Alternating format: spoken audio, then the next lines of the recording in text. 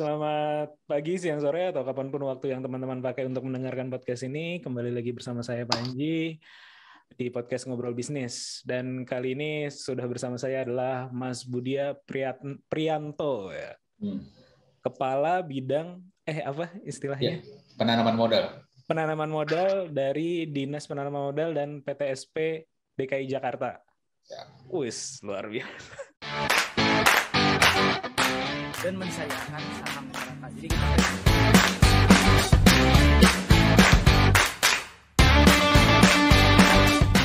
beda sama Jakarta, lawan Bandung tuh listrik. Investasiin buat sekolah anak. Golf itu something new gitu. Kupu-kupu mungkin. Ayahku tuh satpam gitu kan.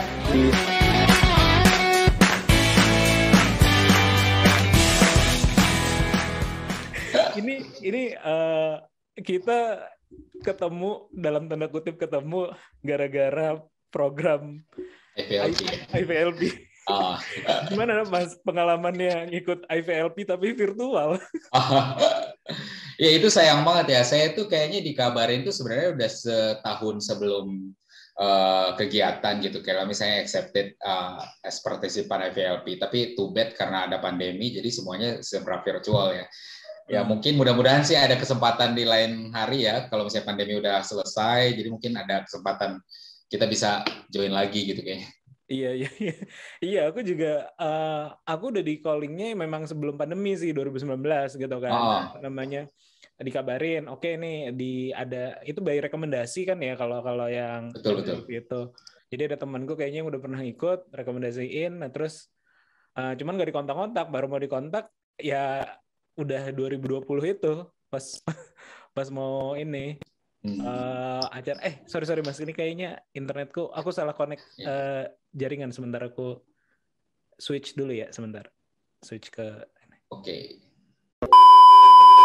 Nah sebenarnya kan pas mungkin aku nanyanya gini dulu Mas ya, apa namanya, kalau aku lihat ya teman-teman ASN kan sebenarnya aku nggak tahu ya, mungkin aku yang pergaulannya kurang ini gitu, tapi aku jarang tuh ketemu teman-teman ASN yang ikut kegiatan-kegiatan internasional. Nah baru yang kemarin nih tiba-tiba berlimpah gitu loh, maksudnya ada yang kalau yang dari kementerian mungkin sering ya beberapa kali ketemu di event atau conference kayak gitu, tapi kalau yang ASN provinsi atau apalagi kota kabupaten tuh jarang gitu.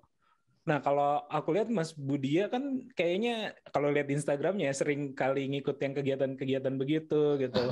Nah, itu datang dari diri sendiri apa emang kalau di DKI ini lebih diarahkan untuk begitu, Mas? Enggak sih. Jadi gini, mungkin kalau bisa cerita IVLP sendiri itu aku yang ngerekomendasiin waktu itu dari KPK sebenarnya. Jadi kita ada beberapa inisiatif. Waktu itu sih reformasi birokrasi sama reformasi perizinan ya. Jadi aku waktu itu pernah in charge di program waktu itu yang menjembatani itu programnya itu adalah program pencegahan korupsi. Jadi dalam rangka bagaimana caranya program pemerintah pusat dengan pemerintah daerah itu inline gitu. Kan kita juga beberapa punya inovasi, terus kemudian masuknya itu dari ranah pencegahan korupsi karena perizinan itu merupakan sektor nomor 2 tingkat korupsinya setelah pengadaan barang dan jasa gitu. Makanya sehingga masih related gitu. Akhirnya beberapa kegiatan kita laksanakan dengan KPK, terus kemudian ada feedback positif gitu. Kayaknya malah sering kita tuh jadi benchmark, misalnya KPK punya acara di provinsi lain, kita jadi pembicaranya gitu. Jadi sering juga. Nah, dalam hal ini terus kemudian saya waktu itu dikontak sama salah satu teman di KPK bilang, Pak ini ada program ditawarkan oleh kedutaan Amerika, terus kalau misalnya Bapak berminat nanti masukin CV ke saya, nanti biar saya yang propose gitu katanya. Oh ya udah, saya nggak apa-apa, saya kan selama itu bermanfaat dan juga pengembangan kapasitas saya join aja gitu. Nah, selain di acara IVLP akhirnya lolos gitu masuk ke IVLP ya, mungkin ngelihat beberapa background, terus kemudian cocok sama pekerjaan apa segala macam, akhirnya bisa masuk. Gitu. Untuk acara internasional sendiri, sebenarnya DKI itu sebenarnya sedikit tidak diuntungkan sih dengan beberapa kesempatan international exposure gitu ya. Harus yang kita sendiri yang lebih aktif gitu kayaknya. Karena saya beberapa kali saya pernah short course di Australia, terus pernah juga ikut training di Korea waktu itu, terus pernah ikut ya yang dari kantor sih beberapa dari kementerian ngadain, terus kita di invite waktu itu dalam hal ini di Kementerian Pan RB waktu itu juga implementasi public service hall ya. Jadi istilahnya yang saat ini Jakarta ada mall pelayanan publik ya. Nah itu juga waktu itu ke Georgia sama Azerbaijan. Nah itu lebih ke gimana kita aktif aja sih sebenarnya, ada kesempatan ya coba masukin. Nah, selama ini biasanya negara donor ataupun negara penyelenggara itu biasanya dia kan prioritas ke daerah-daerah yang lebih terpinggirkan ya, maksudnya daerah-daerah luar Jakarta karena mereka merasa Jakarta itu udah well developed gitu. Jadi biasanya kesempatannya pintar-pintar kita ASN untuk ikut serta aja. Mungkin networking itu sangat penting sih sebenarnya gitu ya. Dalam hal ini ketika kita pernah kerja sama KPK, oh ternyata teman KPK ngeliat ini bagus nih, kayaknya bisa kita sharing ke daerah lain ataupun bisa dipropos kalau ada program-program internasional juga kita bisa diajukan. Gitu sih Mas. Jadi memang datangnya lebih ke diri sendiri gitu ya, motivasinya, terus juga kayak ngelihat peluang untuk pengembangan diri sendiri kayak gitu ya. Betul. Oh iya. Saya pikir itu tadi memang kayak didorong gitu oleh pihak Pemprov-nya gitu. Sebenarnya dari Pemprov pun juga ada sih program-program gitu. Kayaknya kita ada program kerjasama sama, kayaknya kita kalau Sister City gitu-gitu kan ada ya. Tapi biasanya lebih ke training sih. Tapi kalau misalnya memang agak limited karena memang Jakarta dirasa memang udah lebih maju dibanding daerah lain ya. Sehingga kayaknya kalau misalnya ada opportunities pasti pihak penyelenggara itu lebih ngasihnya ke daerah lain gitu. Kalau misalnya in terms of kalau misalnya penyelenggaranya kementerian ya, tapi kalau misalnya acara-acara yang memang Pemprov sendiri ada kerjasama, pasti kita ada kesempatan itu juga. Tapi untuk kayak IVLP ini kan nggak ada campur tangan pemerintah sama sekali ya, jadi memang pure dari kedutaan dan itu pun kita nggak bisa apply kan Mas ya. Jadi emang kayaknya programnya emang prestisius juga gitu kayak. Iya. Saya juga baru ngeh itu prestisius setelah diterima kan, terus saya search kan, loh Megawati, terus siapa yang tokoh-tokoh Indonesia itu, Bu Sri Mulyani gitu-gitu kan juga ikut ya. Iya, waduh, ini ternyata prestisius ya, ini baru-baru nggak apply tapi dapat ini gitu, dapat ini. Nah, sebenarnya apa Mas yang dicari? Soalnya tadi seperti yang aku bilang ya, atau mungkin karena aku gaulnya kurang luas gitu ya. Aku nggak ngelihat teman-teman ASN itu banyak yang kalau sekolah iya gitu ya. Kalau sekolah S2 atau S3 gitu ya yang dapat apa ya, gelar lah kayak gitu. Banyak gitu teman-temanku. Tapi kalau yang di level provinsi atau kota kabupaten bahkan itu aku jarang yang kayak aktif nyari gitu. Apa karena Jakarta karena jadi lebih terbuka atau memang dari dulu eager untuk belajarnya tinggi kayak gitu. Soalnya kan ini nggak dapat gelar ya dalam tanda kutip kayak gitu, yang kayak gini-gini gitu loh. Kalau saya mungkin mungkin senang belajar hal-hal baru gitu sebenarnya. Jadi kayak di Korea waktu itu saya belajarnya tentang smart city sebenarnya gitu. Jadi kayaknya nggak related banget sama kerjaan, tapi ada hal baru yang kita bisa pelajari gitu. Dan saya nggak milih-milih juga Mas. Kayak kemarin kan kita EVLP itu belajar kan tentang complaint management gitu ya. Walaupun relate sama kerjaan sebenarnya, tapi untuk saat ini saya kan megang investasi, jadi nggak terlalu relate banget gitu. Tapi nggak apa-apa, apapun itu ada kesempatan bagus pasti saya ambil gitu.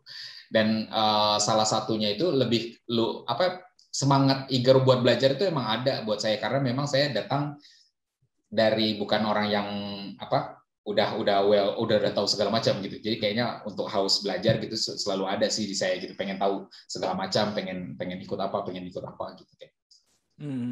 Nah, tadi juga pas lagi cerita sempat di-mention pernah dapat short course Australia itu Australia Award ya?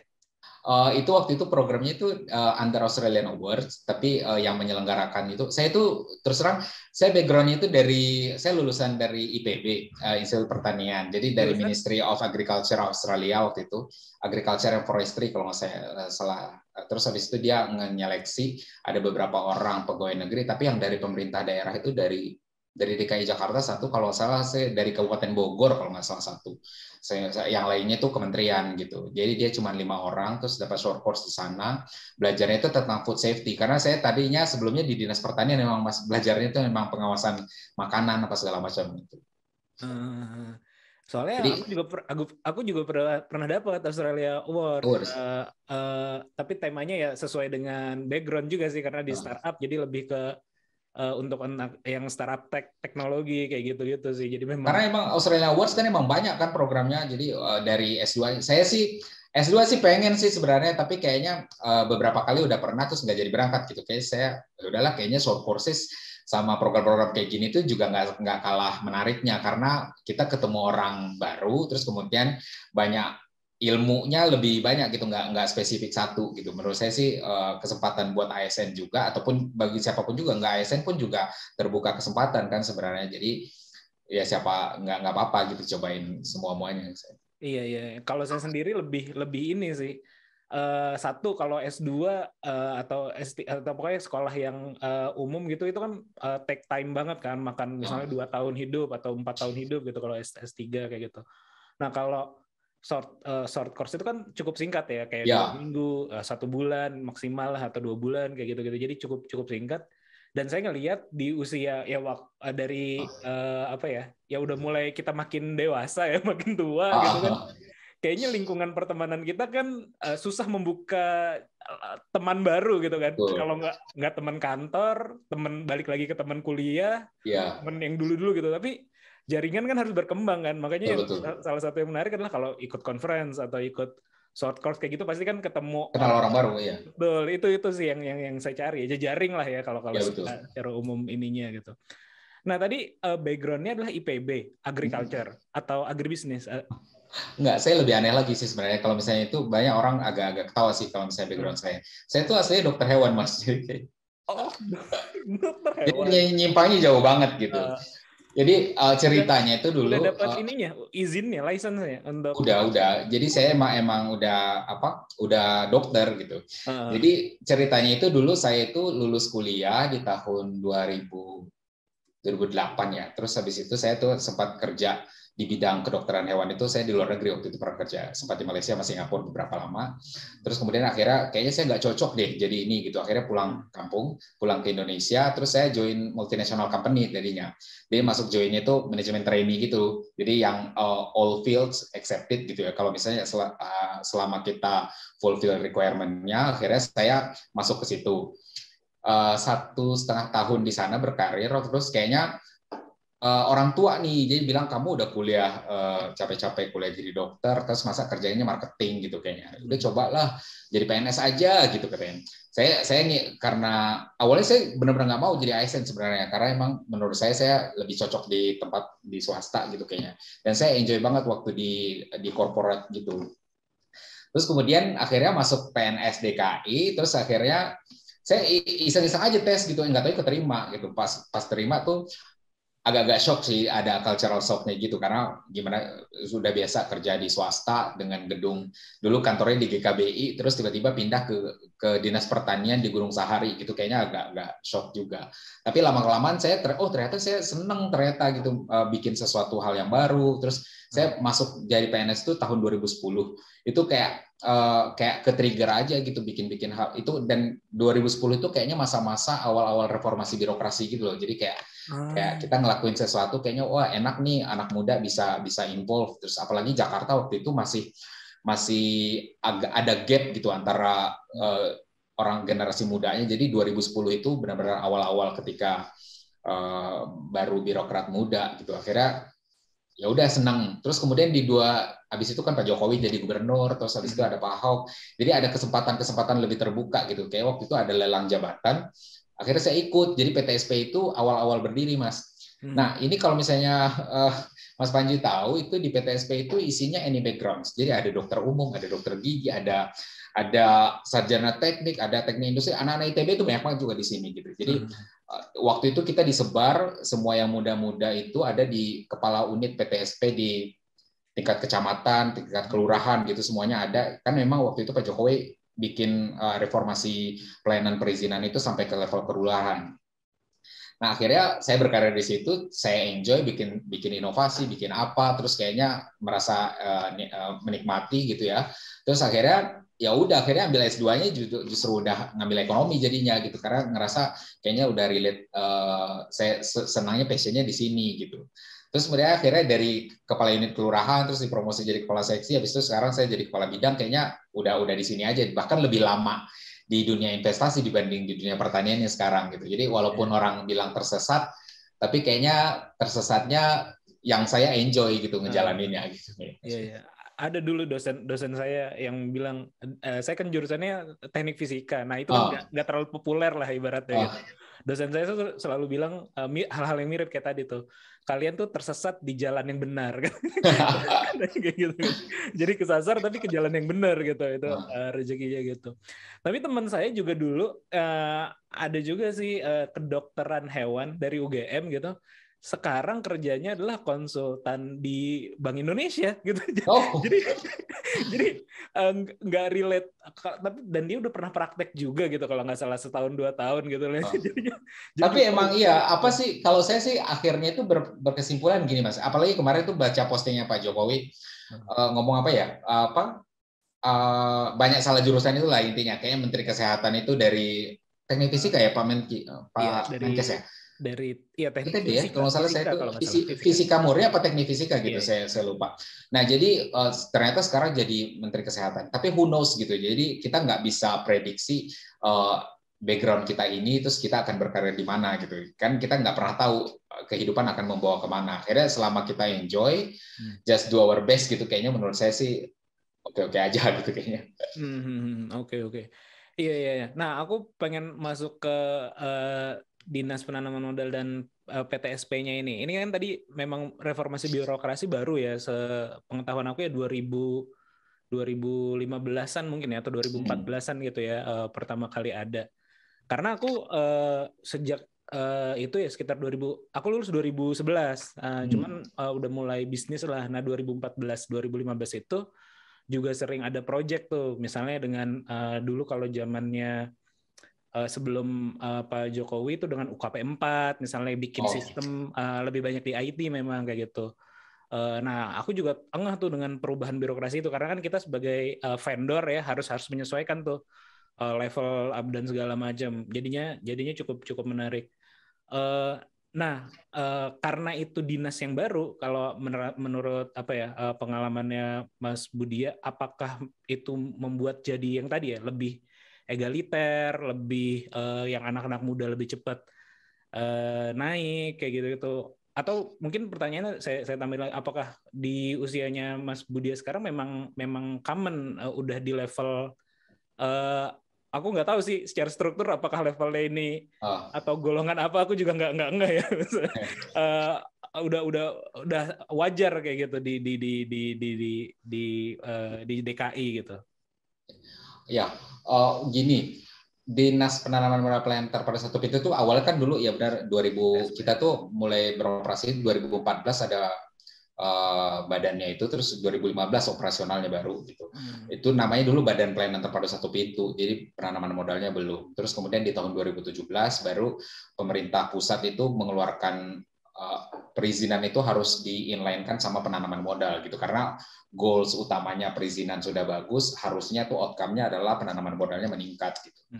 Nah, menurutku sih beberapa hal yang mungkin bisa mengakselerasi proses reformasi birokrasi ini berjalan lancar di DKI Jakarta khususnya, karena memang banyak mudanya gitu, anak-anak mudanya itu banyak banget, dan juga inovasi-inovasinya itu kita waktu itu cukup leluasa gitu untuk, karena memang baru kan gitu, dan karena hal-hal baru, dan waktu itu pimpinan bilang memang harus bergerak lebih cepat gitu. Terus kita diperkenankan untuk mengajukan inovasi apa, terus berprestasi apa bentuknya gitu, sehingga nanti bisa kelihatan yang mana yang bisa kita majukan.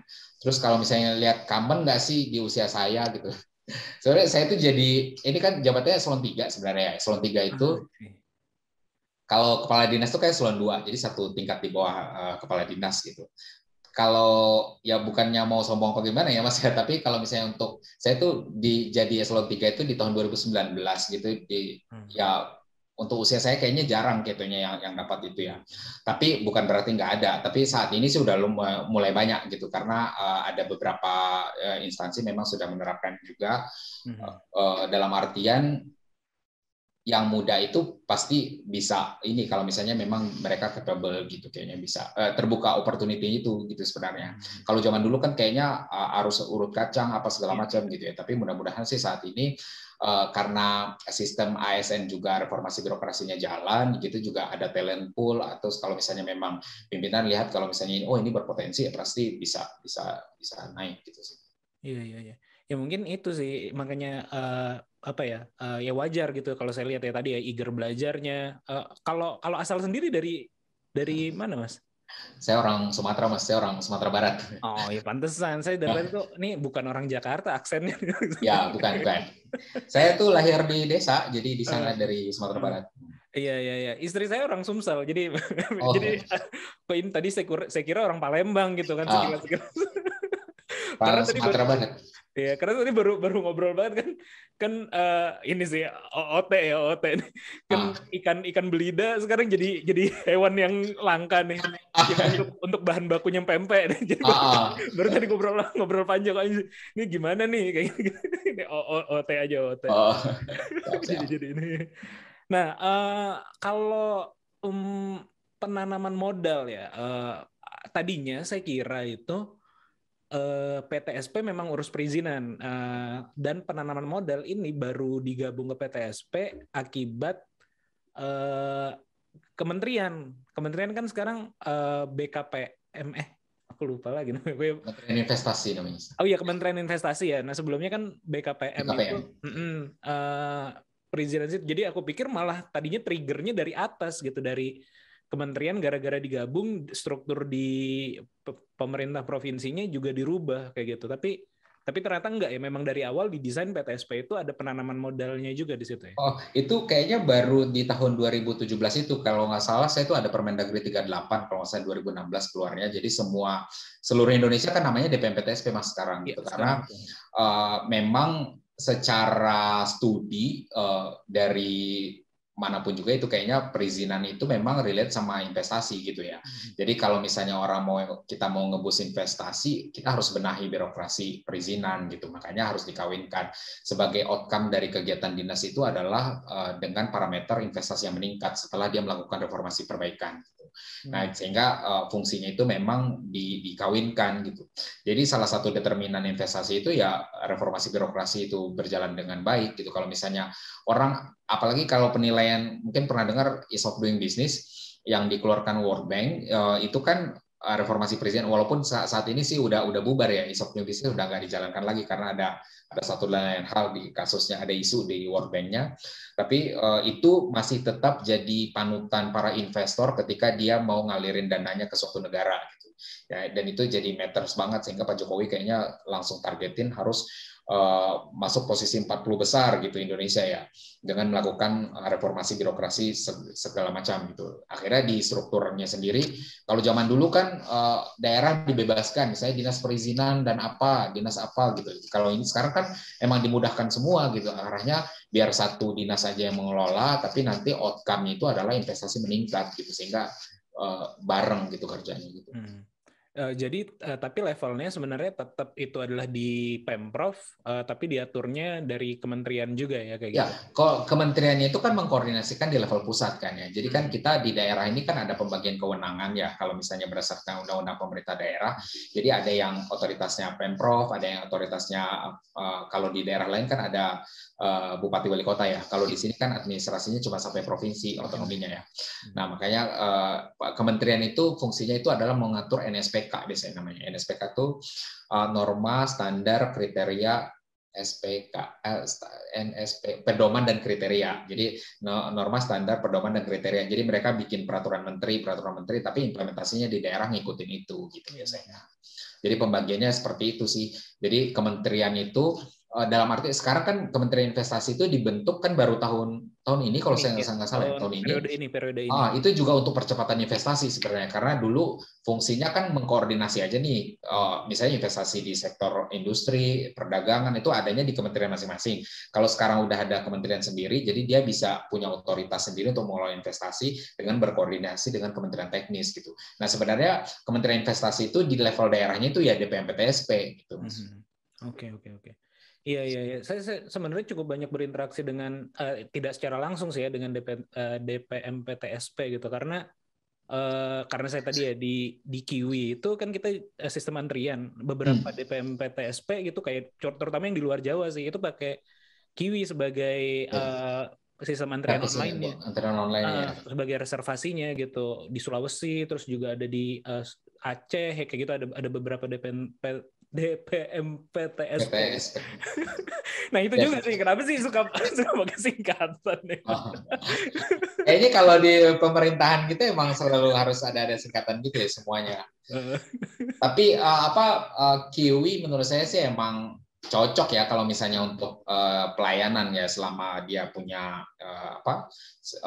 pelayanan kepada masyarakat atau segala macam ya pasti juga bisa dimanfaatkan gitu ya. Iya ya, kalau layanan publik tuh yang dari kementerian kayak KPN, Kantor Pemerintahan Negara tuh juga pakai Kiwi di beberapa daerah kayak gitu. Terus PTSP cuman kan levelnya provinsi ya, jadi per masing-masing kayak gitu. Ada beberapa sih. Nah, aku penasaran dengan fungsi penanaman modalnya.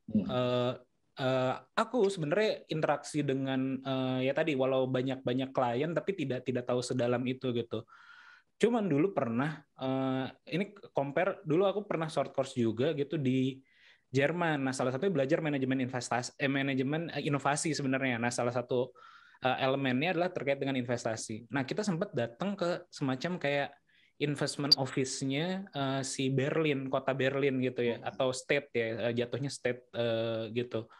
Nah, yang mereka aku kagumnya adalah mereka kayak beneran jualan gitu, dalam tanda kutip jualan, bahwa kota gue ramah izin, kota gue lo ini adalah pusat bisnis, lo kalau mau bikin kantor di sini mudah dan segala macam. Itu untuk foreign gitu, untuk orang luar atau ya untuk dalam juga biar kayak gitu. Apakah itu juga yang dilakukan oleh ya spesifiknya mungkin bidang penanaman modal gitu di DKI? Ya. Mungkin gini ceritanya Mas. Benar, itu yang di Jerman itu berarti punya government ya berarti. Government kantor kantor investment office lah, cuman lupa. IPA biasanya mereka sebutnya Investment Promotion Agency biasanya gitu ya. Nah, di kita itu sebenarnya kita punya namanya Jakarta Investment Center. Jadi saya itu dari Januari itu jadi PLT juga, jadi PLT kepalanya. Jadi di kita itu kan ada fungsi, saya itu di bidang penanaman modal, lebih ke policy sebenarnya. Jadi kita gimana caranya how to improve the climate investment gitu lebih bagus gitu di Jakarta, kita melakukan apa saja. Misalnya kayak insentif kita berikan, terus kemudian kemudahan berupa pelayanan perizinannya harus seperti ini gitu, itu kita ramukan di bidang gitu. Jadi nanti kita akan output kerja saya itu berupa policy yang kita suggest kepada pimpinan, dalam hal ini Pak Gubernur, kita bisa melakukan ini gitu. Nah, nanti servicesnya itu ada di IPA-nya itu tadi, jadi Investment Promotion Agency-nya itu kita sebutnya namanya di kita itu unit pengelola Jakarta Investment Center. Nah, Jakarta Investment Center lah yang menjadi center yang tadi sama yang punya Berlin itu. Dan ini kita relatif baru ya Mas ya, baru berdiri di tahun 2020, tapi keburu pandemi gitu ya. Jadi kayaknya agak slow down dulu gini, kayak ritmenya nggak bisa terlalu agresif gitu. Karena gimana pun juga kalau misalnya kita mau promote kan kita mau invite investor, terus habis itu kita mau promote project-project kita apa segala macam gitu. Nah, di situ tuh ada di GIC itu mungkin saya bisa cerita sedikit, fungsinya itu kita ada promosi sama satu lagi itu fasilitasi gitu. Promosi ini dalam artian kita mempromosikan Jakarta ini open buat investor yang mau invest ke Jakarta. Terus kita punya program ini, kamu cocoknya yang mana gitu. Jadi anytime mereka tuh bisa datang ke Jakarta Investment Center ataupun buka website kita. Kita punya website tapi mungkin belum terlalu sempurna ya, masih dalam pengembangan. Jadi invest.jakarta.go.id itu namanya. Jadi nanti bisa dapat informasi ada opportunity apa di sini. Terus habis itu kita juga masukkan data-data why you need to invest in Jakarta misalnya gitu, kayak misalnya demografinya seperti apa, potensinya seperti apa, terus human capitalnya bagaimana, terus kemudian termasuk UMR ya, itu jadi determinannya juga. Terus kemudian kayak harga sewa kantor Jakarta range-nya berapa sih gitu. Kayaknya kalau investor mau invest di Jakarta pasti dia pengen lihat informasi apa aja yang dia bisa peroleh gitu.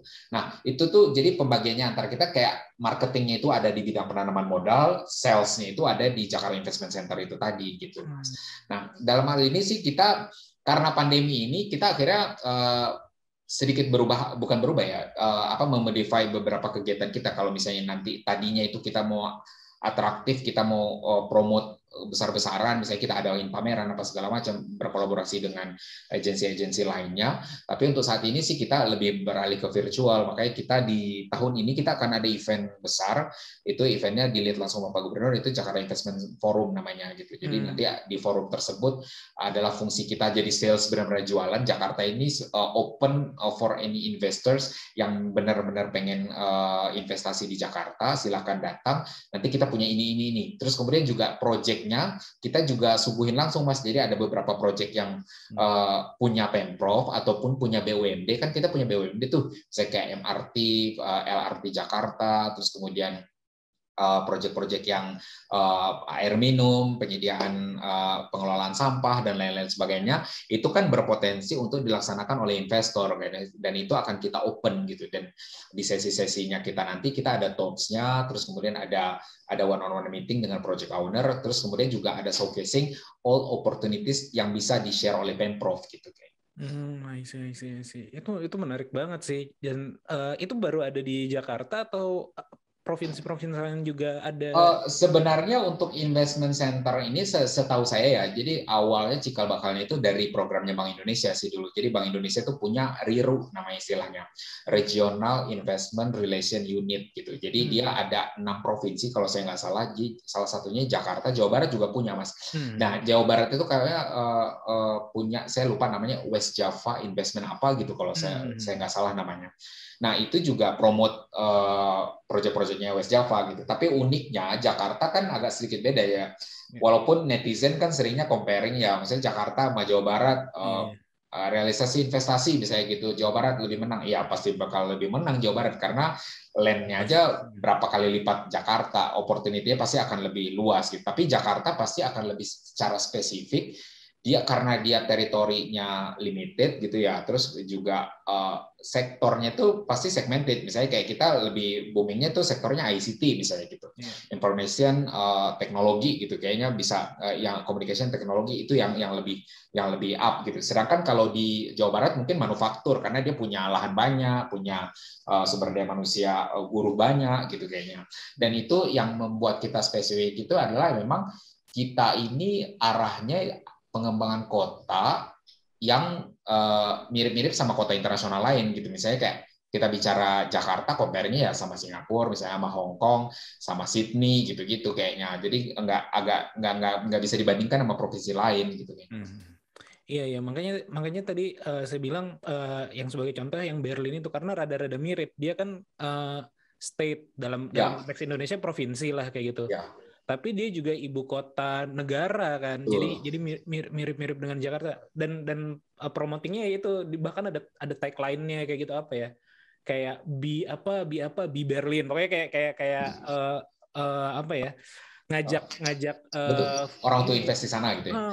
Kita sebenarnya kita juga lagi nyusun, Mas. Jadi kita tuh lagi rebranding sebenarnya Jakarta Investment Center ini. Kalau dulu kan ada tagline-nya tuh come and grow with Jakarta gitu ya. Tapi kayaknya belum terlalu sukses. Nah, ini kayaknya kita di Jakarta Investment Forum ini, mungkin kalau Mas Panji pernah dengar itu wali kota London itu kan punya tagline London is open gitu ya. Jadi benar-benar itu kayaknya sukses untuk nge-boost para investor atau bisnismen untuk come to London untuk lihat opportunity di sana gitu.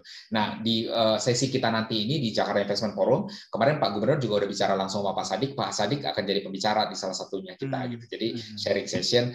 Jadi mungkin kita berbenchmark sama kota-kota maju di dunia, karena Jakarta kalau benchmark ke Bandung kan nggak mungkin ya. Jadi pasti benchmarknya harus keluar negeri gitu kayaknya. Iya, betul. Nanti sih mudah-mudahan kalau ada tagline baru nanti saya info Mas. Kayaknya pasti akan ada sih gitu lagi digodok gitu. Jakarta Investment Forumnya kapan tuh Mas? Di 11-12 November bulan depan. 2 bulan lagi. 1,5 bulan lagi ya. Kalau ada open for public boleh Mas nanti. Boleh. Nanti saya share informasinya Mas ya. Iya. Karena tadi walaupun saya domisili Bandung tapi sebenarnya kantor dan legalnya di Jakarta.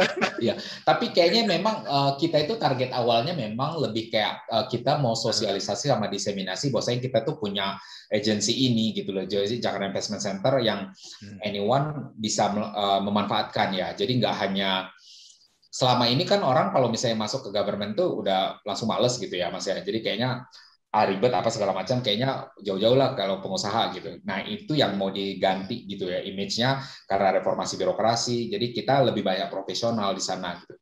Makanya bentuknya UPT Jakarta Investment Center-nya harapannya ke depan mudah-mudahan si pandemi segera berakhir ya, sehingga kita bisa lari lebih kencang gitu dengan adanya Jakarta Investment Center ini. Nanti orang akan lebih banyak interaksi aktivitasnya. Investor kalau mau invest di Jakarta, mau nyari informasi A to Z-nya investasi itu tinggal datang ke GIC aja gitu. Jadi nggak usah nanya-nanya yang lain, tapi bisa nanti kita mengkoordinasikan. Misalnya Mas Panji mau investasi di sektor properti misalnya, kan biasanya kan harus datang ke dinas Dinas Cipta Karya dulu misalnya. Nanti kita yang ngubungin, kita udah punya informasi itu Mas Panji butuh ini, nanti kita panggilin orang Jakarta Cipta Karyanya, nanti bisa kita meetingin gitu sih. Iya. Saya juga rutin sih datang ke tapi BKPM ya. Mungkin tahun lalu enggak datang ya. Terakhir pokoknya 2019 lah yang RIF regional investment forum. Iya betul. Nah, cuman nggak tahu yang tahun lalu saya nggak tahu nggak ada atau emang nggak datang gitu karena pandemi. Ada virtual kalau saya nggak salah. Virtual ya. Oke. Terakhir kita buka stand juga soalnya di BSD kan? BSD betul. Di ICE BSD kita Kiwi buka stand juga di sana dari dengan BKPM ininya difasilitasi gitu. Nah. Ini sih salah satu yang sering jadi diskusi nih, tapi aku minta pandangannya aja ya in case ada ini. Terutama dalam forum-forum kayak gitu, itu kan banyak internasional, tapi juga banyak yang dari daerah-daerah datang kayak gitu.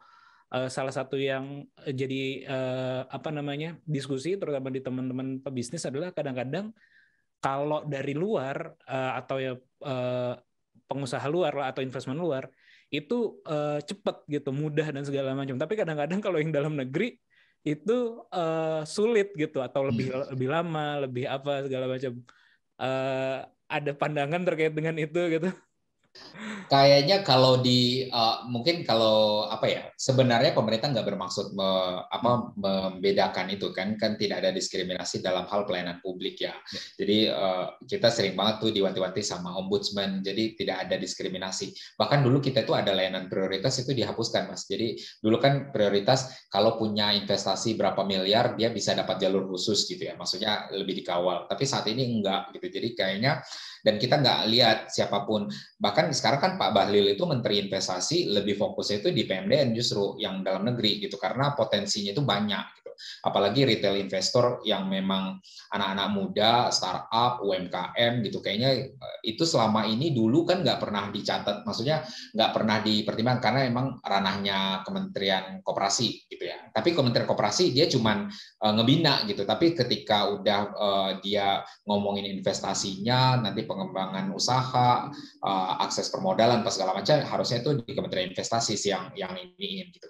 Nah, menurut saya sih mungkin subjektif ya, kayaknya nggak hal-hal yang kayak gitu, tapi mungkin nggak, khususnya dari Pemprov DKI sih nggak ada pembedaan sebenarnya, mau dia PMDN mau enggak, tapi as long as dia fulfill the requirements pasti akan diproses sesuai dengan ketentuan yang berlaku gitu. I see. Iya. Itu ini aja, diskusi-diskusi yang ya kesan ya Mas ya, maksudnya kalau mentang-mentang orang luar negeri bisa lebih cepat gitu ya. Tapi enggak juga sih, tapi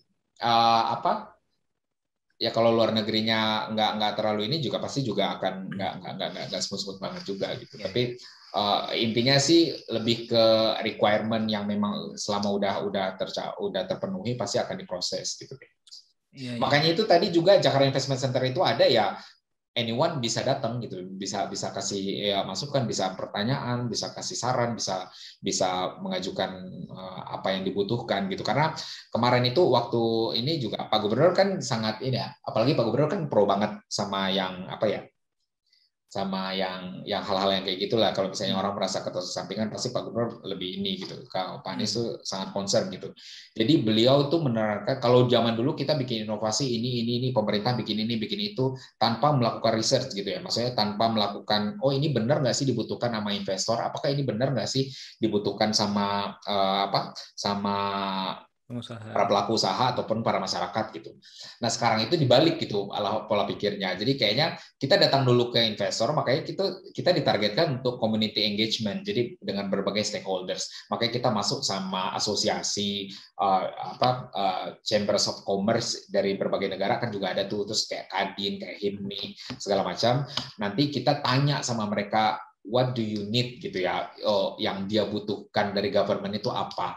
Nah nanti berikutnya nanti pasti akan kita datang, baru benar-benar datangnya itu dari suaranya stakeholders dan maksudnya dari masyarakat gitu. Jadi bukan berarti kita kayaknya ini bagus deh, kalau dulu kan bikin program ini kayaknya bagus kita bikin gitu, nggak taunya nggak manfaat sama masyarakat gitu. Akhirnya kita dibalik gimana caranya masyarakat bisa menyampaikan aspirasi, terus kemudian kebijakan kita itu akan berdasarkan itu gitu kayak.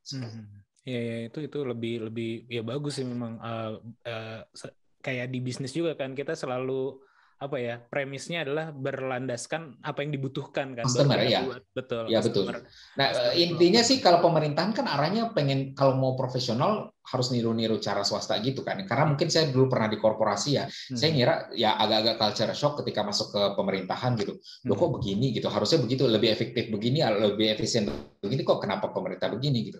Makanya dengan adanya pembaharuan, reformasi birokrasi lama-lama itu kelihatan sih Mas. Jadi kayaknya di PNS ini juga, di ASN ini ada perubahan ke arah situ gitu. Jadi ngelihatnya itu value-nya itu pasti customer orientasinya itu pasti customer satisfaction juga ya pada intinya. Walaupun kita kan nggak nyari profit ya. Jadi akhir ujung-ujungnya kita adalah bagaimana menyediakan layanan publik yang memang aksesnya itu bisa dimanfaatkan oleh masyarakat luas gitu. Iya, kemarin juga saya beberapa kali ya dapat bukan selebaran ya, dapat forwardan WA lah kayak gitu, misalnya dari PTSP atau DPM PTSP Jawa Barat atau Kota Bandung, bahwa mereka lagi mulai mendata startup kayak gitu-gitu. Terus juga dari karena saya ada bisnis coworking space juga kan, saya ada di Bandung, ada di Jogja gitu, juga dapat forwardan dari yang Jogja juga bahwa mereka lagi mulai mendata kayak gitu-gitu. Saya lihat juga jadi geliatnya memang agak-agak mulai rata nih, karena kan tadinya nggak mungkin kayak 5 tahun yang lalu gitu, tidak terlalu diatur tuh startup dapat investment dari mana. Akhirnya kan startup misalnya kayak ya banyak lah yang besar-besar kayak gitu, dapat investment dari mana tidak terlalu terpantau, mungkin kayak nyelonong aja tiba-tiba kayak gitu. Dan faktanya nih Mas, banyak banget kan yang startup Indonesia yang besar-besar gitu kan, legally hubnya tuh di Singapura gitu. Jadi kayak ini ya, jadi kayak kecolongan lah dalam tanda kutip gitu. Jadinya uangnya ya yang di Indonesia kan jadi kayak anak perusahaannya atau ya walaupun diatur juga ya sebagai PMA kayak gitu, tapi kan core-nya justru gedenya duitnya adanya ngepoolnya di Singapura gitu. Ini mungkin teman-teman dari DPM PTSP atau juga dari Kementerian Investasi juga mulai aware dengan itu, makanya ke arah startup mulai kayak dilihat termasuk dari BKPM waktu itu namanya ngajak startup untuk showcase atau pitching dan segala macam, mungkin biar mulai aware ya gitu. Iya. Tapi mungkin kalau sedikit telat ya mungkin ya Mas ya, karena memang dulu ya pemerintah mungkin nggak predik bakal seperti ini gitu. Apalagi sejak pandemi kan dunia digital ini sangat booming ya, dengan kita meeting online apa segala macam itu sangat Dan perdagangan pun juga kayaknya mungkin kalau misalnya kita ada datanya realnya gitu, kayaknya orang lebih banyak berbelanja online dibandingkan belanja fisik saat ini gitu karena pandemi.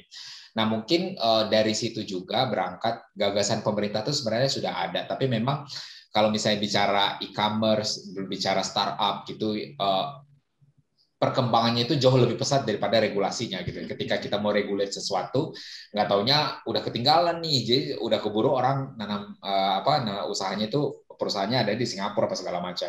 Nah, tapi itu juga merupakan strateginya pemerintah juga untuk membawa arus modal ke Jakarta, ke Indonesia gitu ya.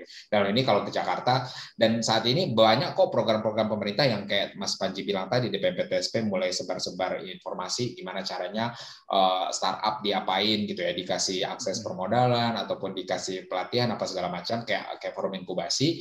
Nah, di Jakarta sendiri tuh kita punya dinas pariwisata dan ekonomi kreatif ya. Jadi ngikutin sana itu juga ada program-program unggulannya Pak Gubernur itu kemarin juga berjalan di sana gitu. Kayaknya kita akan ada hub khusus buat ekonomi kreatif, gimana caranya mengembangkan startup, bisa inkubasinya seperti apa gitu. Nah kalau saya nggak salah ini nanti ada topik pre-event Jakarta Investment Forum itu juga terkait startup Mas. Jadi nanti tunggu aja kalau misalnya itu nanti saya share informasinya gitu. Tapi iya sih saya ya paham banget yang Mas Panji sampaikan tadi bahwasanya kayaknya pemerintah Indonesia agak-agak telat nih kalau ngelola unicorn-nya udah di mana-mana gitu ya. Tapi modalnya padahal kita kayak kecolongan gitu ya. Tapi mudah-mudahan sih bisa jadi bisa perhatian dari pemerintah pusat nanti seperti apa sih pengelolaannya. Tapi satu sisi Jakarta Investment Investment Promotion Agency itu tujuannya juga seperti itu sih, gimana kayak KL tuh kita sering benchmark tuh Kuala Lumpur punya KL Invest namanya. Jadi mereka itu punya tagline bridging to the Asia to the world kalau saya nggak salah. Jadi Kuala Lumpur itu dia menjadi hub. Jadi targetnya dia itu udah langsung jelas. Dia pengennya semua perusahaan-perusahaan multinasional berkantornya di Kuala Lumpur. Nah, kayaknya kita juga akan set up seperti itu. Kita targetnya apa nih gitu? Apakah kita pengennya mainnya di sektor finansial misalnya kayak gitu. Jadi perusahaan-perusahaan finansial tentunya kita akan dorong regulasi-regulasi di bidang finansialnya bisa dimudahkan di Jakarta. Misalnya kayak gitu sih Mas. Tapi ya masih penggodokan, tapi mudah-mudahan sih kita belum sampai di sana, tapi kita berjalan ke arah sana gitu kurang lebih. Iya betul sih Mas. Jadi ada temanku juga ya startup di Bandung base-nya gitu ya. Dia juga kalau nggak salah ngikut program di Kuala Lumpur gitu atau apa nama-nama programnya gitu. Jadi di dalam tanda kutip mereka menginvest startup tersebut untuk berkantor di sana gitu ya, berkantor di sana untuk mendirikan legalnya di sana. Tapi yang di Indonesia juga tetap ada. Jadi kayak sudah mulai mungkin memang ya kaget juga sih semua ya di Asia atau terutama di Asia, mungkin kalau di Amerika kan memang udah booming sejak lama ya startup tech kayak gitu. Jadi mereka udah mulai ngajakin gitu Mas. Dan itu bukan cuman Kuala Lumpur. Jadi tahun yang tadi saya bilang waktu ikut yang Australia Award itu saya 2017 itu ikutnya. Datang ke salah satu yang kota kita kunjungi itu Brisbane di Australia itu. Nah, mereka juga punya program yang mirip-mirip tuh. Jadi kayak silakan kamu dirikan perusahaanmu di sini gitu ya, dirikan perusahaanmu di sini. Bahkan di awal-awal 6 bulan awal tuh dibayarin sama mereka berapa, dikasih insentif gitu ya. Dikasih insentif untuk moving pindah kantor. Karena walaupun kalian tetap marketnya misalnya di negaranya gitu. Jadi kayak udah mulai global gitu, tapi yang penting PT-nya lah ibaratnya di sana karena kan pajaknya pasti ke situ dulu gitu. Nah, itu saya lihat waduh, ini keren banget nih yang dilakukan dalam konteks pengelolaannya. Artinya kan dia udah mikirnya bukan sekedar membina yang lokalnya, tapi yang luar juga di sini. Market silakan tetap di sana, tapi lo legally ada di sini. Iya. Brisbane, terus yang Kuala Lumpur itu saya pernah juga ada conference ada booth ada pameran di Shenzhen, ada salah satu provinsi di Cina juga melakukan kayak gitu. Dia bilang gue punya kawasan kayak yang di ini KST lah gitu, kawasan sains teknologi kayak gitu, STP gitu, Science Technology Park. nih space-nya gede di sana gini. Ini kasih kartu nama, lo moving ke tempat gua nanti dapat insentif sekian untuk jadi kayak nawarinnya tuh bukan cuman kalau dalam perspektif kita kan masih kayak oke, dapat investment itu dalam artian ada uang masuk ke sini, tapi dia udah mulai step lebih mundur lagi, yaitu diternak gitu, ibaratnya bukan cuma panennya tapi diternak dulu, ntar kalau panen baru ini gitu. Itu luar biasa sih saya lihat ya kalau di negara-negara luar ya. Mudah-mudahan di Indonesia ya nggak tahu juga ya nanti bagaimana, tapi mungkin itu jadi salah satu solusi juga sih biar kita jadi kuat gitu ya di ininya. Ya, kalau menurut saya sih memang itu harus ya, maksudnya pasti persaingan global itu pasti ada ya. Kayaknya gimana pun juga kalau bisa kita belajar global value chain, siapa yang bisa memanfaatkan langsung dari interaksi negara-negara tersebut gitu.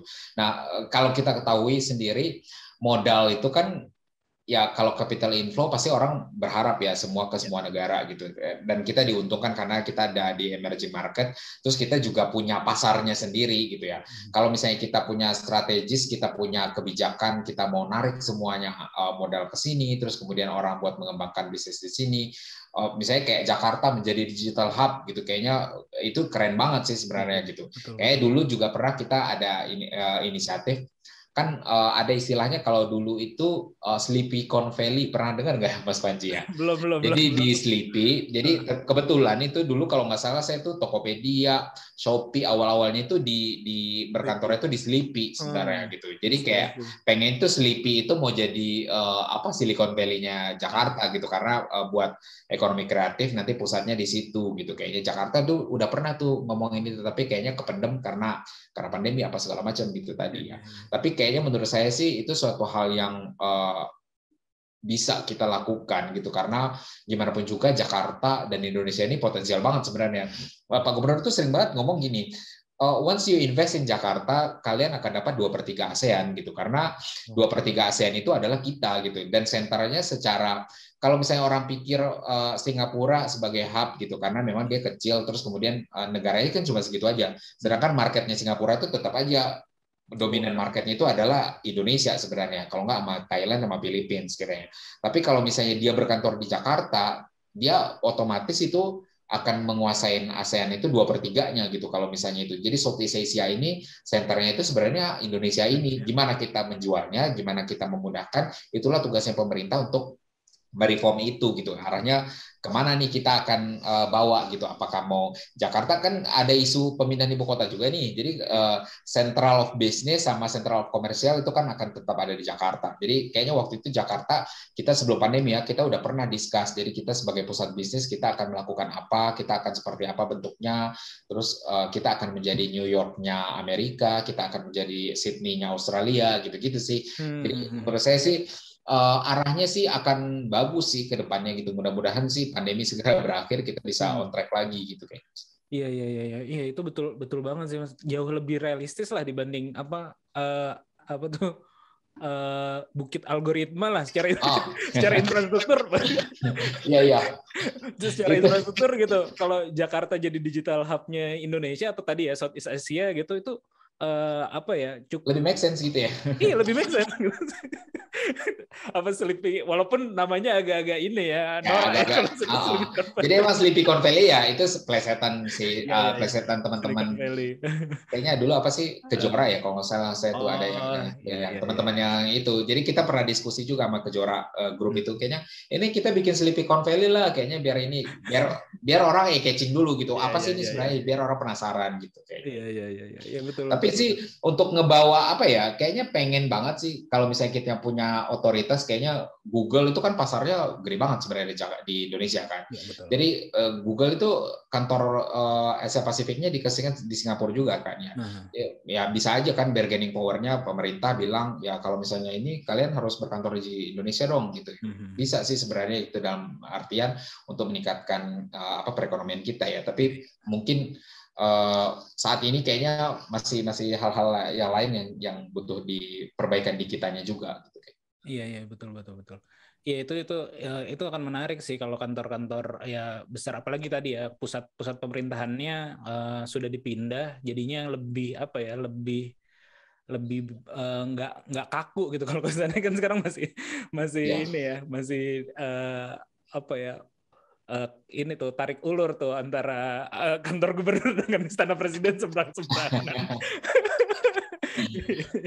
Tapi ya terlepas dari semua hal itu sih, intinya sih Mas, semua kita kan pasti pengen maju ya. Jadi kayaknya nggak ada mungkin satupun rakyat Indonesia tuh pengennya terbelakang, makin mundur gitu. Kayaknya saya sih nggak ngelihat sisi, karena saya birokrat ya, jadi kayaknya nggak memperlihatkan itu. Tapi inisiatif itu pasti ada, selalu ada gitu. Kalau misalnya akan arah bagus, mempermudah, memperbaiki kualitas pelayanan publik sehingga lebih investor friendly gitu kayaknya arahnya gitu.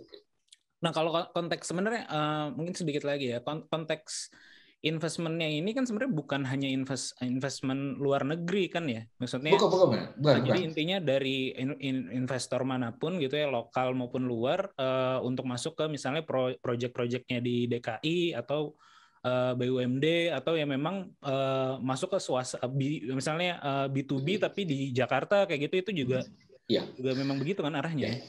Jadi pengelolaan kita tuh sebenarnya aspeknya luas ya sebenarnya. Jadi investasi itu kan ada yang, kalau di Indonesia kita klasifikasi ada PMA, ada PMDN ya biasanya. PMA itu perusahaan modal asing, perusahaan modal dalam negeri gitu. Nah, sebenarnya dua-duanya kita engage gitu ya, dua-duanya kita manage gitu. Dalam artian kalau misalnya ada perusahaan, kita fasilitasi siapapun untuk investasi di sini pasti kita akan fasilitasi. Terus kemudian di project-nya itu kan ada terbagi lagi, ada project owned by government atau project-nya private project gitu. Nah, yang owned by government ini kan ada dua lagi, misalnya ada yang punya pemerintah asli, misalnya kayak dinas Dinas PPK UKM akan bikin startup, bikin hub untuk startup misalnya gitu kan, itu juga proyeknya pemerintah sebenarnya. Itu tapi di own by government. Mungkin ya, atau bikin stadion kan, gitu kayak misalnya kan dinas olahraga misalnya bikin stadion. Nah, itu kan juga punyanya pemerintah gitu. Atau mungkin proyek yang memang punya BUMD, misalnya kayak LRT, MRT, itu kan memang kalau nggak Pasar Jaya dia mungkin revitalisasi pasar gitu kan, itu juga investasi kan sebenarnya di situ. Nah, ini kita manage nih, kita akan mempromosikan dan kita juga akan fasilitasi investor yang mau masuk ke situ. Tentunya ada aturan mainnya sendiri. Kalau masuk ke proyek pemerintah, nanti kan mekanismenya ada PPP, kalau misalnya pernah dengar public private partnership gitu, KPBU, ataupun mungkin kalau misalnya ke BUMD, dia kan bisa bisnis to bisnis langsung. Jadi dia bisa, tapi kita cuma bantu fasilitate, ada investor dari negara ini, dia berminatnya di sektor transportasi misalnya, nanti kita panggilin BUMD transportasi kita, kalian ngomong ini cocok nggak, nanti kita laporkan ke gubernur gitu misalnya. Atau kita memang agensi yang memang memfasilitasi itu. Terus kemudian yang terakhir itu adalah project yang owned by private gitu, misalnya kayak apa ya contohnya, mungkin banyaknya udah pindah dari Jakarta, kayak Unilever kan udah ke BSD itu kantornya. Jadi kayak misalnya kayak apa ya, Nutrisia misalnya gitu ya, kayak Danone itu kan masih ada pabriknya di Jakarta. Dia mau pengembangan bisnis di sini. Nah, kita juga bisa fasilitasi. Misalnya kita akan tawarkan, kalau lu mau ngegedein pabrik lu di sini, nanti kita akan bisa kasih insentif ini gitu. Dan itu juga ini kan impact-nya langsung kan bukan buat kita kan ya. Impact-nya itu lebih buat Danone-nya, dia growing di sini, tapi buat pemerintah itu akan ada manfaatnya, itu multiplier effect-nya itu lebih ke penyerapan tenaga kerja sekian. Terus kemudian juga roda perekonomian, dia kontribusi terhadap perekonomian berapa, sehingga itu akan meningkatkan kesejahteraan masyarakat. Kurang lebih sih seperti itu. Jadi semua yang kita manage itu nggak hanya PMA ataupun PMDN, dan nggak hanya proyek yang punya pemerintah ataupun punya swasta gitu. Jadi semuanya kita, apa yang investor butuhkan, kita harapannya kita bisa fasilitasi gitu. Dan makanya itu tadi kayaknya kita arahnya pengennya kita punya yang mungkin yang sekelas Berlin punya, yang IPA-nya itu, sehingga investor apa-apa tuh tinggal lihat website kita, bisa langsung hubungi kita. Bahkan negara kayak India aja punya, bagus banget loh, Invest India itu keren banget, sampai dia bisa relate kalau misalnya, dan itu tenaganya profesional semua gitu Mas. Jadi kalau misalnya, jadi ada investment consultant gitu ya. Jadi itu orang pemerintah. Jadi dia bisa, halo saya butuh ini, saya pengen investasi di sektor energi gini. Saya bisa approach kemana. Jadi dia yang agensinya yang akan memfasilitasi, merapatkan, menghubungkan dengan stakeholders lain. Karena kalau misalnya akan bingung kan kalau misalnya saya kayak perusahaan energi misalnya gitu, saya kemana ya kalau di Indonesia nih, kalau di Jakarta saya harus ngubungin ke siapa? Masa saya harus bersurat ke gubernur gitu ya? Masa saya harus bersurat ke sekretaris daerah gitu? Pasti harusnya karena saya investor, saya langsung aja ke investment agency-nya mana sih? Oh iya, langsung ke situ. Jadi saya akan dapat informasi semuanya itu dari situ gitu. Kalau misalnya tujuannya itu adalah hub, seperti kita nggak mempunyai project, tapi kita memfasilitasi project-project itu tadi semuanya. Jadi harapannya Jakarta Investment Center ini akan bekerjanya itu akan seperti itu sih sebenarnya. Iya betul sih, itu akan sangat bagus sekali ya. Jadi kan memang kalau kita dalam konteks misalnya fungsi promosinya, nah kalau untuk fungsi promosinya berarti kan harus tahu apa yang mau dipromosikan. Betul. Kan? Dan kayaknya memang tadi ya kalau profesional yang ada di sana dan spesifik misalnya tadi investment manajernya, nah berarti kan dia ya memang kerjaan sehari-harinya gitu, bikin portofolio, nyari portofolio kayak gitu biar bisa sama ngenilai visibility project misalnya kayak gitu ya. Kalau misalnya dulu kan pemerintah tuh bikin project apa, misalnya bikin gedung misalnya kayak gitu kan, jarang mempertimbangkan hal-hal yang economic value-nya ya. Untuk saat ini kan pasti tentunya arahnya kita impact daripada pembangunan satu gedung itu seperti apa, nanti multiplier efeknya apa aja, itu harus kita detailkan sehingga investor mau masuk gitu ya. Karena gimana pun juga investor kan pasti dia ngelihat IRR-nya berapa nih, NPV-nya berapa gitu, pasti akan lihat itu kan. Kalau misalnya nggak masuk ke mereka, pasti mereka nggak akan join gitu. Makanya arahnya once kita mau relate sama investor, kita harus lebih profesional lagi. Jadi penempatan orang-orangnya benar-benar orang-orang yang profesional, ngerti akan project, ngerti akan apanya. Jadi kita paham proyeknya seperti apa, dan itu yang kita selling gitu. Iya betul. Nah kalau kegiatan ini kan lagi ramai juga ya kemarin ya di Jakarta ya. Apakah maksudnya apakah itu memang akan misalnya yang kemarin nih yang kayak Formula E ataupun misalnya beberapa tahun yang lalu kan sebelum pandemi ada Jakarta Marathon yang kayak gitu-gitu. Sebenarnya apakah kegiatan-kegiatan kayak gitu sebenarnya juga jadi citra gitu atau jadi bahan promosinya kota gitu. Kalau Berlin Marathon itu udah itu heboh sih, atau Tokyo Marathon gitu kan itu heboh gitu kan. Apakah itu strateginya juga gitu-gitu? Ya. Jadi mungkin kalau bisa bicara ya mungkin saya nggak terlalu detail tahu Formula E sebenarnya, tapi waktu itu kita pernah tadinya waktu Formula E sebelum pandemi ya, itu Jakarta Investment Forum-nya itu akan dikawinkan sama forum itu, acara itu gitu. Jadi pengennya itu adalah mata dunia itu melihat Jakarta gitu ya. Jadi kita harus punya perbanyak event-event internasional gitu. Gimana pun juga kita bukan berarti pro internasional ya, tapi kayaknya capital inflow itu secara ekonomi kan memang dibutuhkan ya. Jadi ketika global value chain dunia finansial itu kemana, ketika Amerika misalnya punya kebijakan ekonomi tapering apa segala macam, pasti aliran dananya kan akan keluar dari Amerika gitu. Jadi sih ke negara-negara emerging misalnya kayak Vietnam, ke Thailand. Jadi sebagai saingan kita di sini, kita harus jadi apa nih nilai lebihnya di Jakarta gitu. Sehingga gimana caranya kita ngejual ya harusnya kita dapat attention dulu kan dari dunia luar. Makanya salah satu event-event internasional kayak Formula E ataupun kayak Jakarta Marathon gitu-gitu juga menjadi ajang buat kita yang kita manfaatkan agar dunia melirik Jakarta gitu. Jadi meliriknya itu ternyata Jakarta itu begini loh. Dan waktu itu kan konsepnya keren banget sih Mas, Formula E itu latarnya Monas. Mungkin kalau pernah lihat buka websitenya Formula E itu kan backgroundnya itu udah Monas kan. Venue-nya kan seperti itu. Jadi orang bakal tahu ini Formula E Jakarta ya gitu. Jadi orang bakal tahu ada Monas, ada monumen, ada Bundaran HI, ada apa yang melihat investor itu agak tergugah, ternyata ada Jakarta ya gitu. Kadang kan kita juga suka heran kalau misalnya kita keluar negeri, kayak saya kemarin ke training di Australia, di Korea, ditanya dari mana, dari Jakarta, mereka kayaknya Jakarta. Walaupun orang umum gitu ya. Kalau misalnya Jakarta di mana di Indonesia itu kalau misalnya ngomong Bali, Bali, pasti mereka langsung itu. Jadi kayaknya kita pengennya awareness masyarakat dunia itu bahwasanya Jakarta ini adalah eksis dan destinasi investasi, destinasi aktivitas ekonomi, destinasi lain-lainnya gitu untuk memajukan kota. Gimana pun juga kita butuh resources dari dunia luar itu tadi gitu. Makanya upaya-upaya event internasional nggak hanya Formula E ya, banyak hal-hal yang lain yang kita laksanakan. Kayak kemarin itu kan kita ada juga GDCN Forum ya, Jakarta Collaboration Development Network. Itu mungkin Mas Faz udah pernah cerita kali. Jadi itu dia juga handle itu juga.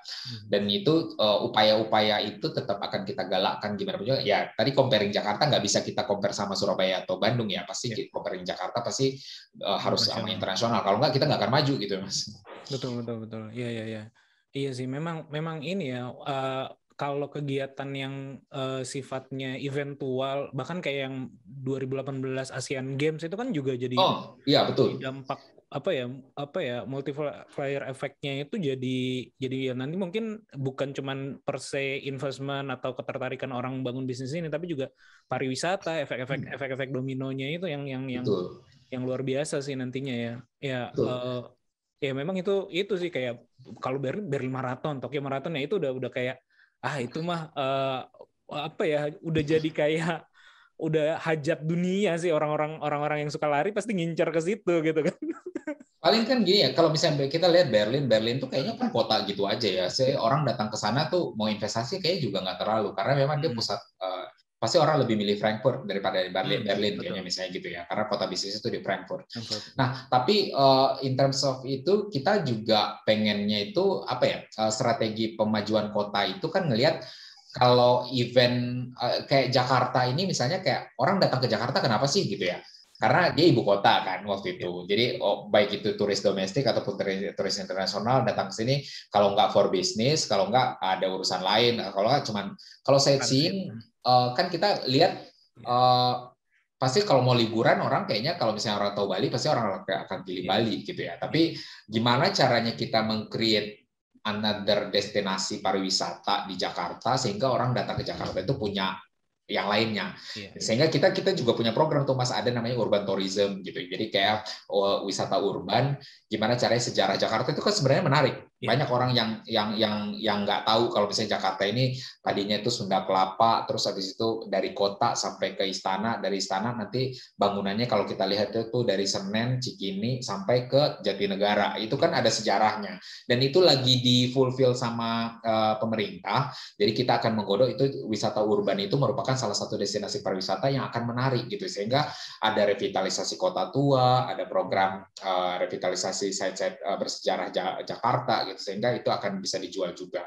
Karena sebagai kota besar, kalau tujuan pariwisata, kalau kita pikir-pikir, kalau misalnya Mas Panji aja kayaknya mau liburan ke Jakarta atau mau liburan ke Bali, gitu, pasti orang lebih milih ke Bali kan gitu. Tapi sedangkan Jakarta ini juga punya Kepulauan Seribu sebenarnya Mas, jangan dilupakan juga. Jadi kita punya aset sebenarnya untuk dikembangkan. Jadi kita ada juga inisiatifnya pariwisataan DKI Jakarta, itu termasuk investasi ya. Saya juga lagi menggodok sih, ada beberapa investor yang udah minat untuk mengembangkan kepariwisataan di New Bali, kalau saya pernah dengar di Pulau Seribu. Dan itu juga pernah ditetapkan oleh Kementerian Pariwisata sebagai kawasan pariwisata nasional ya. Jadi kawasan pariwisata prioritas nasional ya, KSPN. Jadi itu kayaknya kita akan ada pengembangan juga, dan open for investor kalau misalnya willing buat mengembangkan pariwisata, kita punya fasilitasi di bidang itu juga. Iya, betul sih. Jadi eventual dan juga ya tadi urban tourism kayak di Berlin itu kan ini terkenal memang karena sejarahnya, karena kan Perang Dunia Kedua, tembok Berlin apa gitu-gitu ya. Nah, di Jakarta juga sebenarnya menarik banget sih kalau dikemas, atau di Kuala Lumpur ya kalau nggak salah tuh. Nah, itu juga aneh sih. Saya pernah datang ke museum Islam gitu. Jadi kayak di situ tuh ada sejarah Islam dunia lengkap kayak gitu.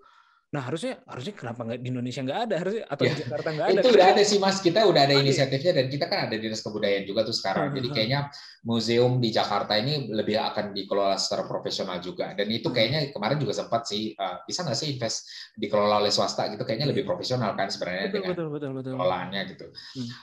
Dan kita punya museum beberapa sebenarnya, kayaknya ada museum yang udah bagus yang Bank Indonesia punya, itu kan juga udah keren sebenarnya. Dan juga ada museum yang di Kota Tua itu ada beberapa museum Bank Mandiri, museum Bahari kalau nggak salah, itu bisa menjual heritage-nya Jakarta. Gimana pun juga menarik sih sebenarnya, bayangin aja Jakarta dulu sebagai pusat ketika Belanda datang gitu ya di Pelabuhan Sunda Kelapa, terus kemudian peradabannya mulai seperti apa. Itu sebenarnya lagi digodok sama kita gimana kita men-showcase itu menjadi destinasi pariwisata baru yang bisa dimanfaatkan oleh para turis gitu. Sehingga pariwisata Jakarta ini nggak melulu orang, kalau dulu kan orang sukanya naik life-nya itu bagus kayaknya gitu ya. Kayaknya city never sleeps gitu kayaknya. Tapi kalau misalnya sekarang arahnya mungkin wisata sejarah, wisata ya itu tadi Pulau Seribu misalnya dikembangkan. Terus kemudian kita kan punya BUMD juga, yang Ancol kan punya kita tuh. Jadi kita mau ada ada revitalisasi misalnya gitu. Terus ada Kebun Binatang Ragunan, kalau Mas Panji tahu, itu Kebun Binatang Ragunan itu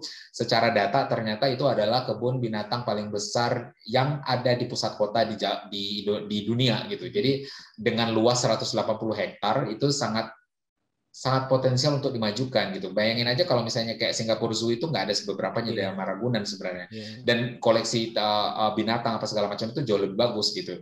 Nah, tapi kenapa Singapura Zoo bisa sekali masuk berapa? $100 nggak sih? 150 atau berapa? Mahal banget deh. Kayaknya kita mikir 2 kali kalau masuk itu gitu.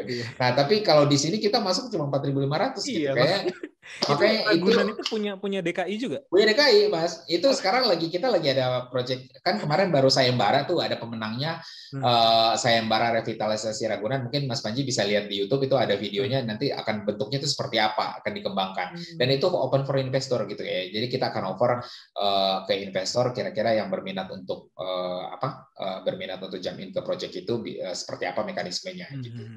Dan itu sih, jadi banyak sebenarnya kayak budaya-budaya gitu, pusat budaya kan DKI sebenarnya banyak, misalnya kayak Setu Babakan apa segala macam, tapi mungkin belum termanage secara bagus sehingga orang kayaknya belum terlalu, kalau kita lihat kalau misalnya kita ke Jepang gitu, kayak museum apa aja bisa jadi museum sama dia ya, dan itu banyak yang datang gitu. Betul. Kayak Doraemon aja ada museum Doraemon gitu, langsung menarik orang ya. Kayak kita bikin museum si Pitung gitu, kayaknya juga sebenarnya kalau kita dengan konsep yang lebih bagus akhirnya bagus gitu. Iya. Atau enggak kayak di Singapura itu kan Sentosa Island itu kan segitu-gitu aja sebenarnya.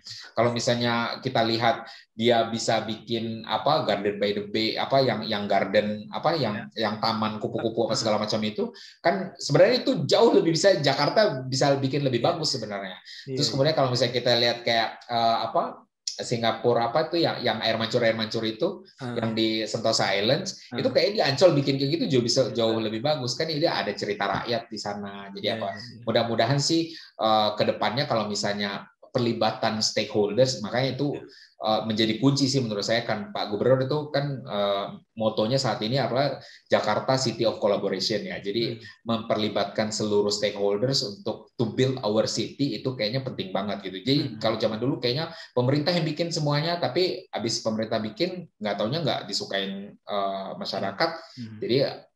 Jadi kayak wasting gitu ya. Jadi kalau misalnya saat ini sih, kalau misalnya dengan kita melibatkan pihak swasta, kita open any opportunities gitu, terus kemudian financingnya juga macam-macam. Kedepannya kayaknya Pemprov akan lebih atraktif. Misalnya mau bikin ini, sedangkan kita kan APBD kan terbatas segitu-gitu aja ya.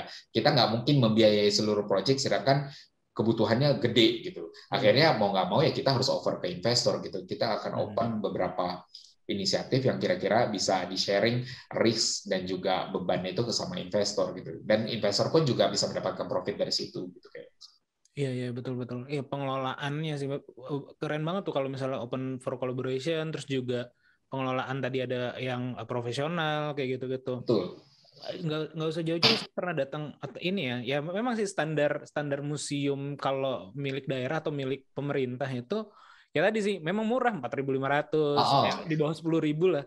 Saya pernah datang, ada satu museum, kayaknya itu yang terbagus ya di Indonesia yang pernah saya datang ya. Tapi museum seni gitu di Jogja. Saya pikir tadi dikelola pemerintah, tapi ternyata itu swasta. Apa ya namanya ya? Yang itu ya, Ulen Sentalu. Iya, Ulen Sentalu. Itu kan 40.000 atau berapa ya? Tapi worth it ya. Gitu. Worth it. Bagus kan? Bagus banget gitu.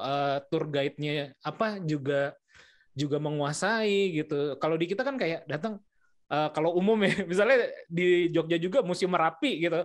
Lah ini apa sih, kita mau ngeliat apa? Tidak kayak ngeliat gitu-gitu dong ya, puing-puing Merapi gitu ya. Ya itu menurut saya sih, dan memang apa ya, untuk penggalian potensinya itu memang harus profesional gitu ya Mas ya. Kayaknya kayak Ulen Sentalu itu kan memang benar-benar didesain orang bakal suka gitu ngeliat di situ ya. Jadi kayak dan itu kayaknya memang nggak bisa pemerintah kerja sendiri gitu kayaknya, Bang. Pasti harus melibatkan swasta gitu kayaknya. Tapi menurut saya sih hal-hal yang kayak gitu harus diperbanyak. Tapi tidak, kalau yang Ulen Sentalu kan pure swasta, karena kebetulan si ownernya itu punya koneksi sehingga bisa barang-barang sejarahnya tuh bisa ditaruh di situ. Nah, cuman kan kalau pure swasta tuh jadi apa ya? Komersial banget gitu. Komersial banget. Ya nggak masalah juga sih masalah harganya. Cuman masalah ownership dari barang-barangnya itu gitu, walaupun dijaga dan segala macam, cuman kan punya pemerintah gitu. Nah memang bagusnya tadi sih kolaborasi, public private partnership kayak gitu-gitu, pengelolaannya lebih profesional, jadi value-nya meningkat, masyarakat worth juga bayar lebih gitu, dan masuk kan ke APBD juga ya, atau keuntungannya bagi-bagi gitu kan, jadinya itu akan menarik. Sebenarnya mekanisme itu sebenarnya kan agak kayaknya kemarin kalau misalnya di level nasional ya Bu Sri Mulyani itu pernah bilang kalau misalnya jangan sampai aset negara jangan sampai nganggur gitu ya. Jadi harus dimanfaatkan, kalau misalnya pemerintah tidak bisa mengelola ya bisa di-sharing sama swasta gitu. Itu udah ada best practice-nya sih Mas, kayak pengelolaan Kebun Raya Bogor itu kalau misalnya tahu Mas Panji, sekarang itu pengelolanya itu ada pihak swastanya. Itu Diandra yang ngelola sekarang. Jadi komersilnya ya, tapi untuk ekologi, konservasi apa segala macam itu tetap LIPI ya, itu kan di bawah LIPI tuh. Nah, kita pernah berbenchmark juga sama LIPI, bisa nggak sih kalau misalnya beberapa asetnya kita melalui mekanisme itu, tapi regulasinya ternyata itu di Kementerian Keuangan itu masih di tahap pusat gitu, di daerah belum bisa diimplementasikan. Tapi menurut saya sih kedepannya pasti akan banyak seperti itu ya. Kebun raya mungkin udah mulai ditinggalkan orang kalau misalnya kayak gitu-gitu aja, orang sekali datang nggak pengen datang lagi kan gitu ya. Jadi atau enggak orang buat olahraga gitu ya, atau dan menurut saya sih nggak hanya destinasi tapi atraksinya juga harus ditambah gitu ya. Kalau misalnya kayak contohnya kalau misalnya kita bikin Taman Mini misalnya, terus ada bulan ini kita ada atraksi wayang kulit gitu, terus bulan depan ada drama dari Minang misalnya, terus bulan depannya lagi ada legenda dari NTB misalnya, kayak gitu kan menghidupkan acara. Kalau misalnya kita lihat datang ke kota besar di dunia lainnya itu di tourism board-nya itu udah langsung kelihatan event ini kalian bisa attend, event ini apa aja itu. Kayaknya arahnya sih Jakarta sudah kepikiran, udah punya mapping seperti itu. Tapi ya too bad itu karena pandemi ini semuanya tuh agak mundur lagi gitu kayaknya. Ya, mudah-mudahan segera berakhir. Sama ini Mas, saya baru ingat juga nih. Mungkin entah bisa jadi masukan atau nanti juga atau memang sudah dikelola gitu ya, atau sudah direncanakan terkait policy sih. Tapi nggak tahu ya levelnya di provinsi atau di pusat gitu. Saya lihat ya Singapura itu salah satu konteksnya dalam ke startup-an ya, atau investment di bisnis ya as a whole gitu. Mereka tuh punya kebijakan karena kita juga banyak investor yang mau masuk gitu ke bisnis yang saya jalankan kayak gitu. Mereka tapi ya salah satu syaratnya tadi misalnya lo legalnya atau take off-nya dari Singapura ya yang kayak gitu-gitu. Karena mereka tuh punya policy untuk investor, ini kebetulan salah satu angel investornya juga gitu yang bilang langsung saya, dia tuh dapat insentif pajak 50% dari duit yang dia investasikan ke startup tech secara spesifik gitu. Jadinya kalau dia investnya 1 juta atau 1 juta Singapura dollar, dia otomatis langsung ke cut 500.000 Singapura dollar gitu dari pajaknya dia. Itu insentifnya insentif langsung gitu. Jadi kan kalau startup tech memang resikonya sangat tinggi. Jadi kayaknya untuk men-trigger si pemerintahnya men-trigger investasi ke startup lebih tinggi dengan ngasih insentif untuk investor-investornya kayak gitu. Ya, jadi dan itu jadi bikin makin banyak kelihatannya. Angel saya lihat di orang Indonesia sebenarnya kaya gitu. Cuman kan tadi ya resiko untuk ke situnya ya oke, gue berani taruh risiko, tapi juga kalau ada dalam tanda kutip misalnya bahasa umumnya kan cashback lah, ada cashbacknya oke nih kayak gitu, atau ya insentif pajaknya kayak gitu, itu akan men-trigger tadi ya dari yang startup lokal yang bagus, investor yang kaya di Indonesia sendiri gitu, itu jadi lebih cepet tuh nantinya tuh. Tapi nggak tahu saya di level mana tuh kalau gitu. Jadi kan kalau misalnya kita ngomongin tax itu kan ada ya otoritasnya, ada di kementerian, ada di pemerintah pusat, ada yang di daerah sebenarnya Mas. Kalau di daerah itu ada kayak misalnya pajak restoran, pajak pajak kendaraan, pajak bumi dan bangunan, BPHTB gitu-gitu sih ada. Nah, di kita sendiri kan ada, saya lupa PP berapa ya, PP 24 kalau saya nggak salah. Jadi ada insentif dan disinsentif investasi. Salah satunya itu adalah untuk mendorong fiskal gitu. Jadi fiskal dan kemudahan bentuknya. Fiskal itu adalah bentuknya pemotongan pajak sih sebenarnya. Jadi ada diskon ataupun ada tax holiday ataupun ada bentuk keringanan lain.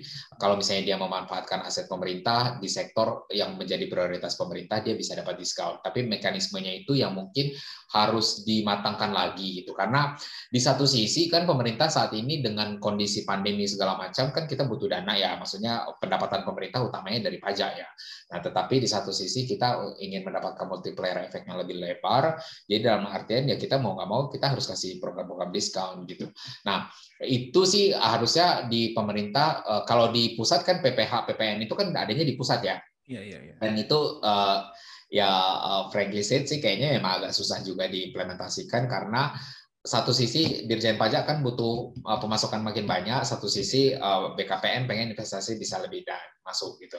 Tapi as long as kita ketemu di satu sisi, misalnya potong berapa persen, tapi harapannya ekonomi tumbuh berapa persen, misalnya kayak gitu, itu memungkinkan dan itu udah ada regulasinya sebenarnya Mas. Jadi insentif dan disinsentif investasi itu bisa diimplementasikan.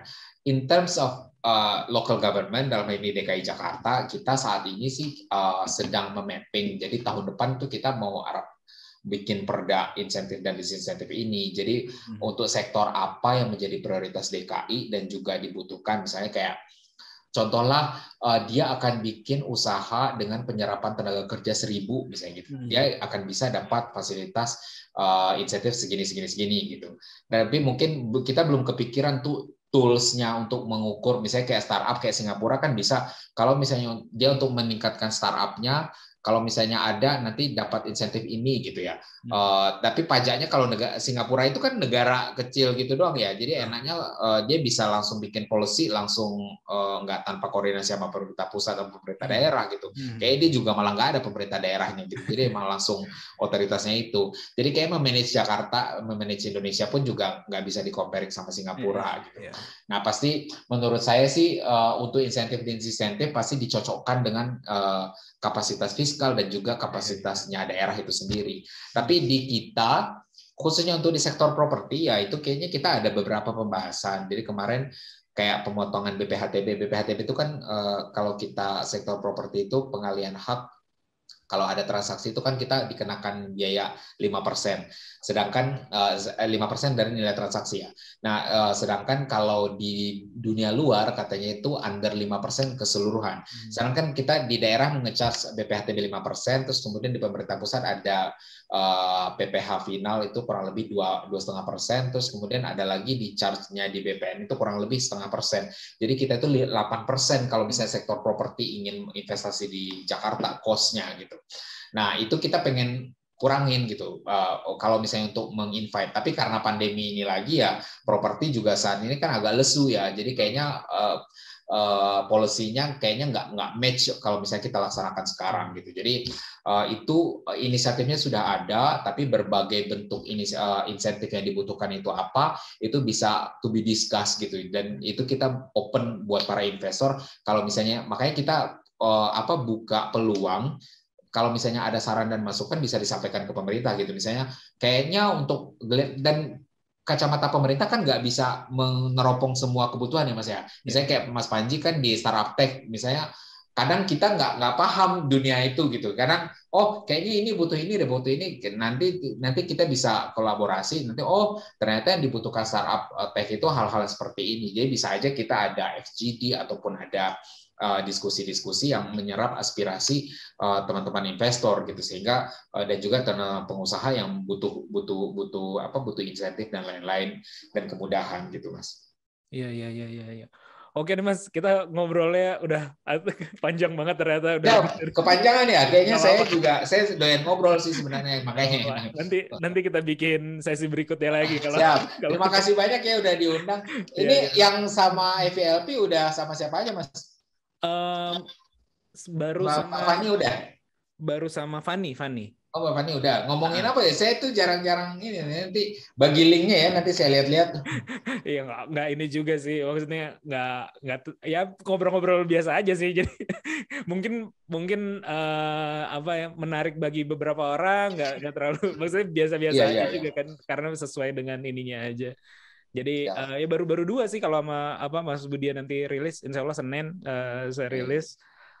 Baru 2, yang lain belum saya ketemu momennya aja. Kalau kemarin kan saya lihat, lagi update status, lagi update apa kemarin deh, posisi ya di LinkedIn kan, ini sekarang jadi ini nih, ajak ngobrol gitu. Jadi kebetulan lagi pop up di sosial media, jadinya ini, yang lain belum.